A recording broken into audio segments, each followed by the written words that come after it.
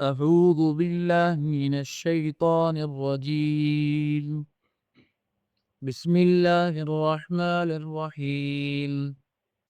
ولقد زينا السماء الدنيا بمصابيح وجعلناها رجوما للشياطين وأعتدنا لهم عذاب السعير. وللذين كفروا بربهم عذاب جهنم وبئس المصير. إذا ألقوا فيها سمعوا لها شهيقا وهي تفور تكاد تميز من الغيظ كلما ألقي فيها فوج وسألهم خزنتها ألم يأتكم نذير قالوا بلى قد جاءنا نذير فكذبنا وقلنا ما نزل الله من شيء إن أنتم إلا في ضلال كبير وقالوا لو كنا نسمع أو نعقل ما كنا في أصحاب السعير فاعترفوا بذنبهم فسحقا لأصحاب السعير. صدق اللہ العظیم. سورہ ملک کی آیت نمبر 5، 6، 7، 8، 9، 10، 11 یہ آیات تلاوت کی گئی ہے. ان آیات میں جو پہلی آیت ہے 5، 6 والی، اللہ رب العزت اپنے قدرت کی تیسری نشانی بیان فرما رہے ہیں کہ آسمان دنیا، یہ آسمانی دنیا یعنی سب سے نچلا آسمان جو زمین سے دوسرے آسمانوں کے بنسبت قریب ہے، اور اس کو اللہ تعالیٰ نے ان قدرتی چراغوں یعنی ستاروں سے بارونق بنا رکھا. چنانچہ رات کے وقت ستاروں کی جگمگاہٹ سے کیسی رونق معلوم ہوتی ہے، گویا یہ قدرتی چراغ ہیں جن سے دنیا کے بہت سارے منافع وابستہ ہے. منافع یعنی فائدے. تو ان بے شمار ستاروں کا آسمان پر قندیلوں کی طرح روشن ہونا یہ بھی ایک قوی مضبوط دلیل ہے آثار قدرت کی اور اللہ کے حکمت کی. ماہر فلکیات یعنی ایسٹرونامرز، سائنس اور سائنسدانوں نے ثابت کیا کہ آسمان کے تارے دو قسم کے ہیں. ایک تو وہ جو ایک ہی جگہ پر رہتے ہیں، قائم ہیں اور حرکت نہیں کرتے، ان کو ثوابت کہتے ہیں. اور دوسرے وہ جو حرکت کرتے ہوئے گردش میں رہتے ہیں، ان کو سیارات کہتے ہیں یعنی پلانٹس. ایک تو آربٹس ہے اور ایک پلانٹس ہے. اندھیری رات میں جب ہم آسمان کی طرف دیکھتے ہیں تو ہمیں بے شمار چمکتے ہوئے ستارے اور سیارے نظر آتے ہیں، اور ان میں سے کچھ چھوٹے نظر آتے ہیں، کچھ بڑے. ضروری نہیں ہے کہ جو ہم کو چھوٹے نظر آ رہے ہیں وہ حقیقت میں چھوٹے ہی ہوں، کیونکہ ان کے ظاہری چھوٹائی اور بڑائی کا دار و مدار تو ان کے فاصلوں کے مطابق ہوتا ہے، اور جن کا فاصلہ بہت زیادہ ہوتا ہے وہ ہمیں نظر بھی نہیں آتے. تو جتنا فاصلہ زیادہ ہوگا اتنا ہی وہ چھوٹا نظر آئے گا. گویا کہ وہ فی نفسی اس کرۂ زمین سے لاکھوں اور ہزاروں گنا بڑے ہیں. ہمارا زمین سورج کے مقابلے میں بہت چھوٹا ہے. اسی طرح ایسٹرونامرز کہتے ہیں کہ اگر ہم یہ کہیں کہ ان کی تعداد اتنی ہے جتنے روئے زمین پر ریت کے ذرات یا دنیا بھر کے سمندروں میں پانی کے خطرات، تو یہ بھی مبالغہ نہ ہوگا۔ قدیم ماہرین جو پرانے ایسٹرونامرز ہیں، ان میں سے تو بہت سے تحقیق کرنے والوں نے تمام عمر کی کاوشوں کے بعد کھلے لفظوں میں یہ اقرار کیا اور کر لیا بھی تھا کہ ان معاملات میں جو کل غور و تحقیق کی گئی ہے اور لکھا گیا ہے وہ سب تخمینی قیاس آرائی ہے، یعنی خیالات ہیں، اور اس سے زیادہ کوئی حقیقت نہیں رکھتا۔ یہ میدان اتنا وسیع ہے کہ ہمارے قیاس کرنے سے ہمارے گمان کی بھی رسائی، پہنچ اس کی انتہا تک نہیں ہو سکتی۔ تو یہاں آیت میں اللہ تعالیٰ نے اپنے کمال قدرت کے ثابت کرنے میں فرماتے ہیں، اس بات میں ثابت فرماتے ہیں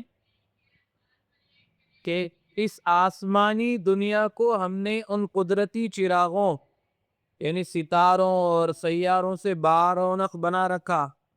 پھر ان ستاروں کا ایک فائدہ اور غرض آگے بیان فرمایا کہ ان سے شیطانوں کو مارا جاتا ہے۔ وَجَعَلْنَاهَا رُجُومًا لِلشَّيَاطِينِ، ان کو شیطانوں کے مارنے کا ذریعہ بھی بنا دیا۔ اللہ فرما رہے ہیں یعنی ان ستاروں میں سے آگ کے شعلے ان شیاطین پر گرتے ہیں جو آسمان میں ملائکہ کی باتیں چوری سے سننا چاہتے ہیں اور غیب کی باتیں معلوم کرنے کی کوشش کرتے ہیں۔ تو ان شیاطین کی دنیا میں ایک رسوائی اور عذاب یہ ہوا کہ جب یہ ملائکہ کی باتیں چوری چھپے آسمان میں سننا چاہتے ہیں تو آگ کے گولے اور مجسم شعلے ان ستاروں سے ٹوٹ کر ان شیطانوں پر گرتے ہیں۔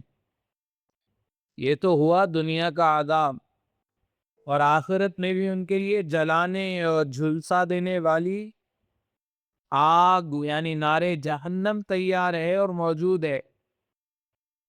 اب چونکہ یہاں کلام میں شیاطین کے عذاب کا ذکر کیا گیا تھا، اس لیے اس سے متصل فوری طور پر ملا کر عام کافروں کے عذاب کا ذکر فرمایا جا رہا ہے، کیونکہ شیاطین بھی کافروں کے گروہ میں شامل ہیں۔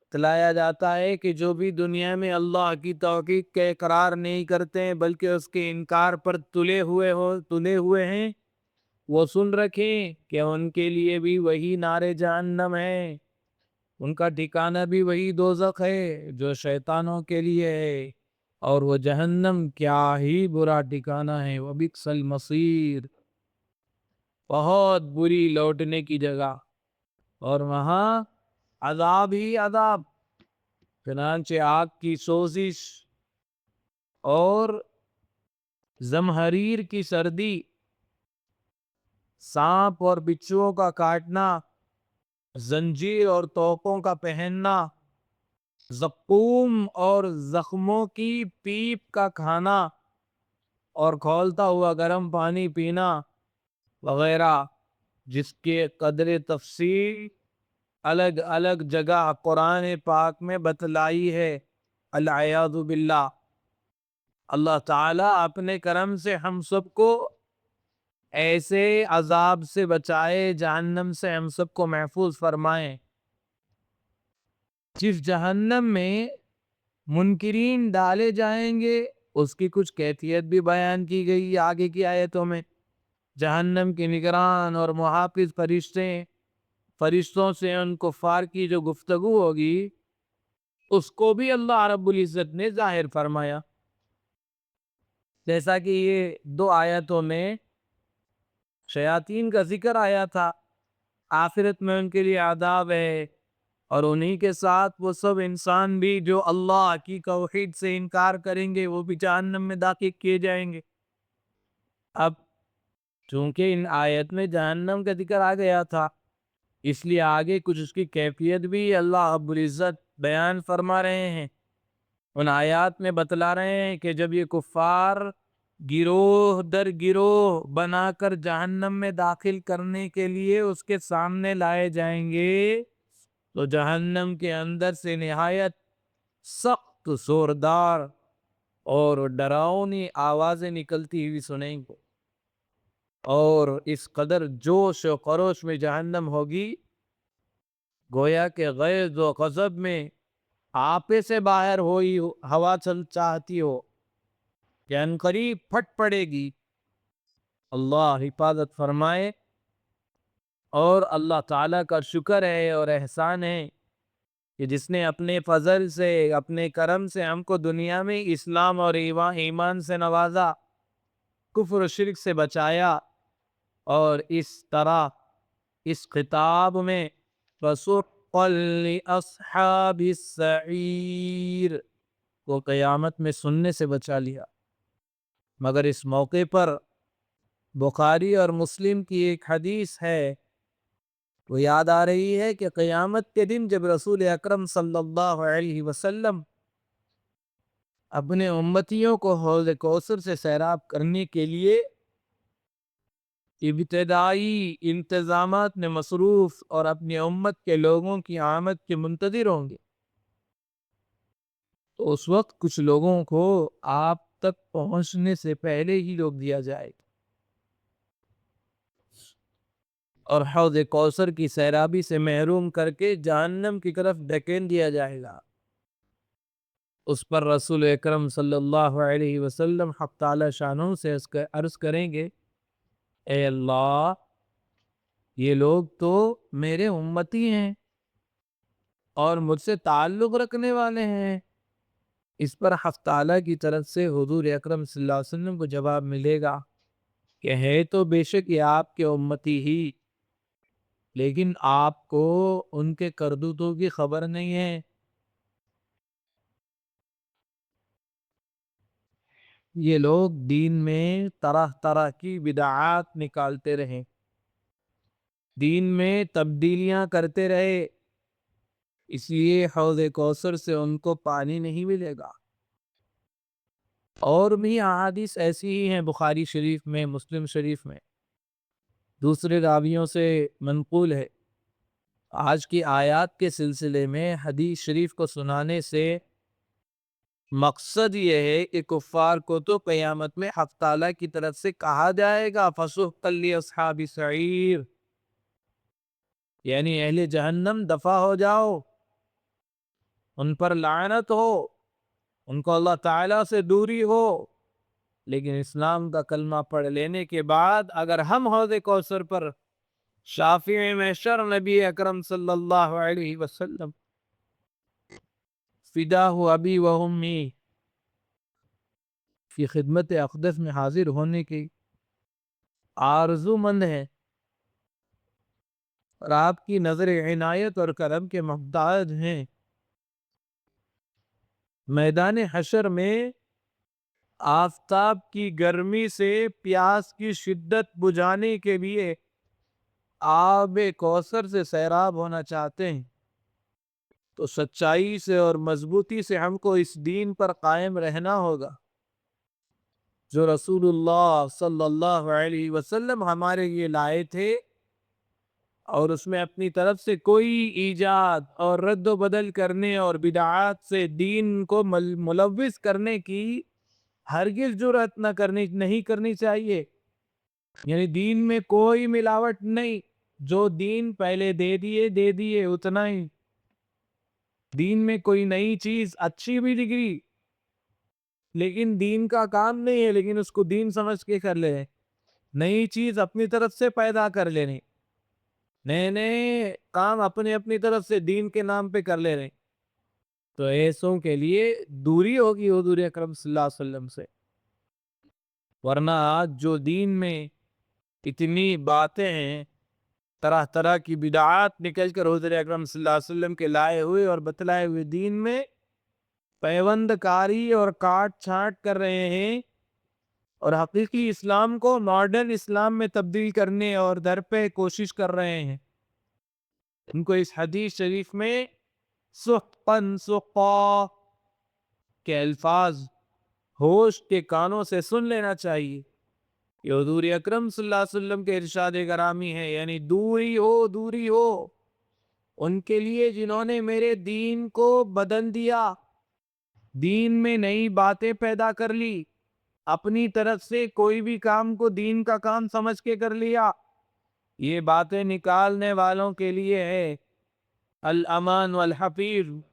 اللہ تعالی ہمیں اپنے نبی پاک صلی اللہ علیہ وسلم کے لائے ہوئے دین اسلام کی سچی محبت اور عظمت اور اطاعت اور خدمت نصیب فرمائے، چھوٹی بڑی بدعت سے بچنے کی ہم سب کو توفیق عطا فرمائے۔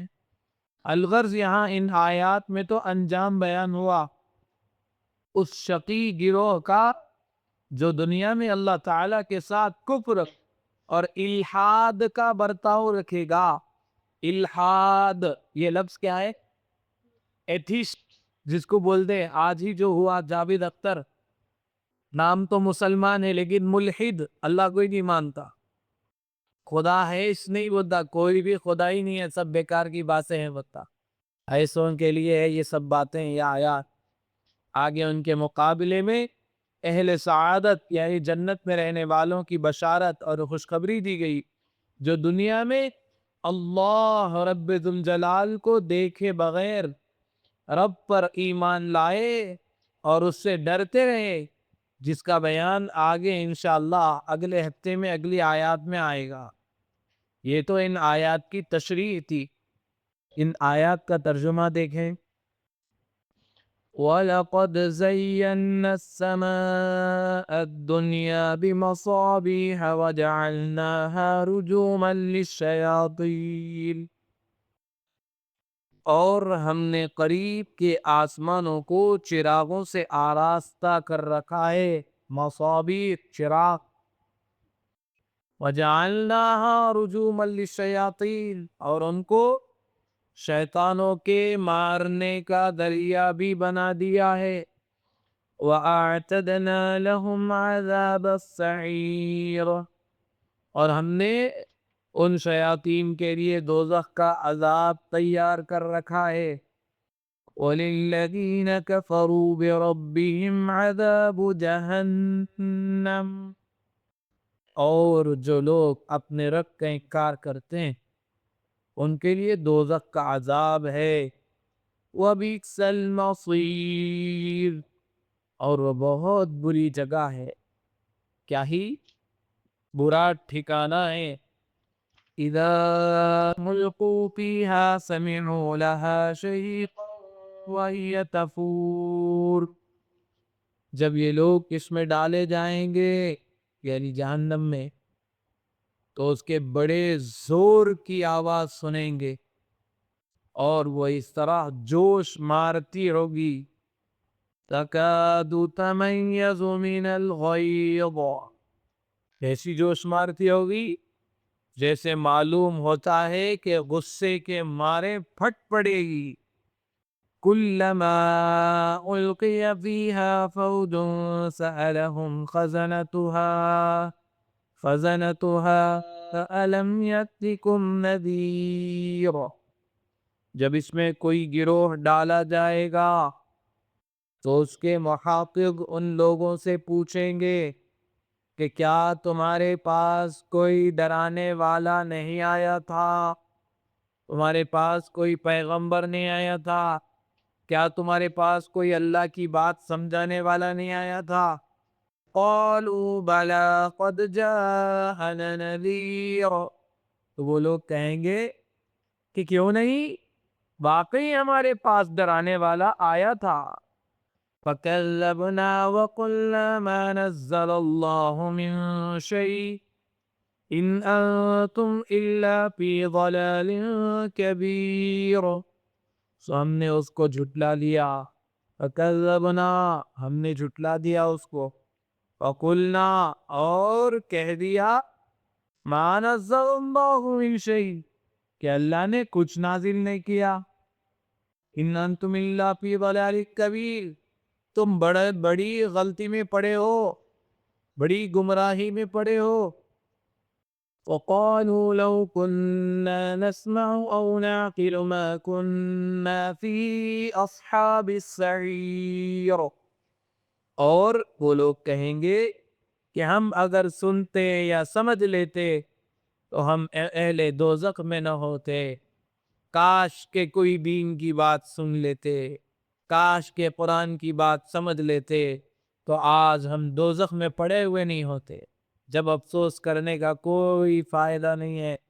فَاعْتَرَفُوا بِذَنبِهِمْ فَسُحْقًا لِأَصْحَابِ السَّعِيرِ. غرض آج اپنے جرم کا اقرار کریں گے سو اہل دوزخ پر لعنت ہے. اللہ رب العزت ہم سب کو جہنم کے عذاب سے بچائے، جہنم کی سختیوں سے بچائے اور قبر کی وحشتوں سے بچائے. اول مرحلے میں ہم سب کے ساتھ آسانی کا معاملہ کر دے. پہلے ہی مرحلے میں اللہ ایمان پر موت دے دے، اعمال صالحہ پر موت دے دے. آگے کی آیات میں جو تذکرے ہیں انشاءاللہ اگلی نشست میں ہفتے کے دن آئیں گے. اللہ ہم سب کو عمل کی توفیق عطا فرمائے.